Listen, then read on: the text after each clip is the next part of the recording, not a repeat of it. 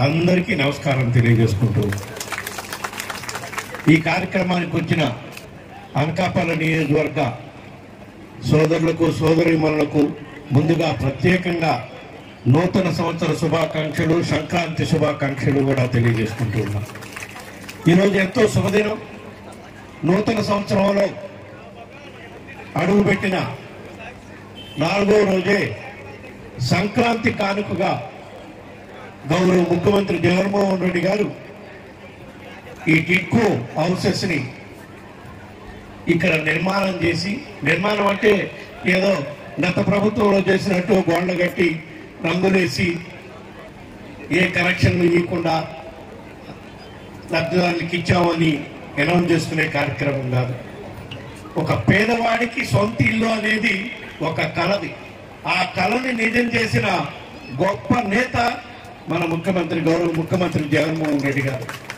మామూలుగా నిజం చేయటం కాదు, పేదవాడికి ఇల్లు అనేది అది ఒక కళ కాబట్టి అది ఇచ్చేటప్పుడు ఆ ఇంటి యాజమాన్యం మరీ ముఖ్యంగా ఆ తల్లికి అది ఒక భరోసా ఇచ్చేదిగా, శాశ్వతంగా వాళ్ళకి ఒక నివాసం ఉండటమే కాకుండా రాబోయే రోజుల్లో ఏమైనా ఇబ్బందులు వచ్చినా ఆదుకునే విధంగా ఉండాలి అని ఈ గృహాలు నిర్మించే కార్యక్రమం, ఇళ్ల స్థలాలు నిర్మించే కార్యక్రమం గౌరవ ముఖ్యమంత్రి జగన్మోహన్ రెడ్డి గారు రాష్ట్ర వ్యాప్తంగా కూడా పెద్ద ఎత్తున చేపట్టడం జరిగింది. ఇప్పటి వరకు గత 4 సంవత్సరాల్లో జగనన్న స్థలాల పేరుతో రాష్ట్ర వ్యాప్తంగా 32 లక్షల మందికి ఇళ్ల స్థలాలు ఇచ్చే గొప్ప కార్యక్రమం ముఖ్యమంత్రి జగన్మోహన్ రెడ్డి గారు చేపట్టడం జరిగింది.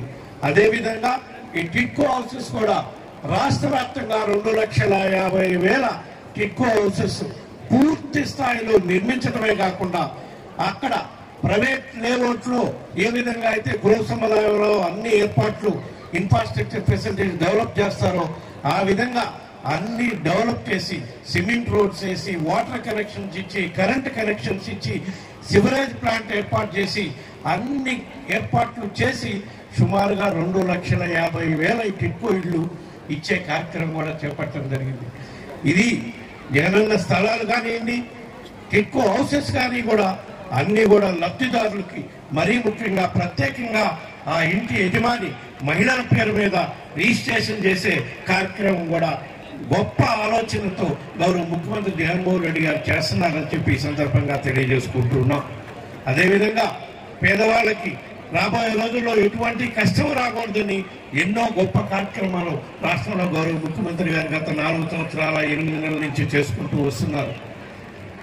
పేదవాడికి ఉచితంగా వైద్యం, విద్య అందే కార్యక్రమం స్వర్గీయ రాజశేఖర రెడ్డి గారు ఉమ్మడి రాష్ట్రంలో ఏ విధంగా చేశారో దాన్ని మళ్ళా ఇంకా 4 అడుగులు ముందుకెళ్ళి పేదవాడికి మెరుగైన వైద్యం ఇంటికాడికే తీసుకెళ్లి అందించాలి అని గొప్ప ఆలోచనతో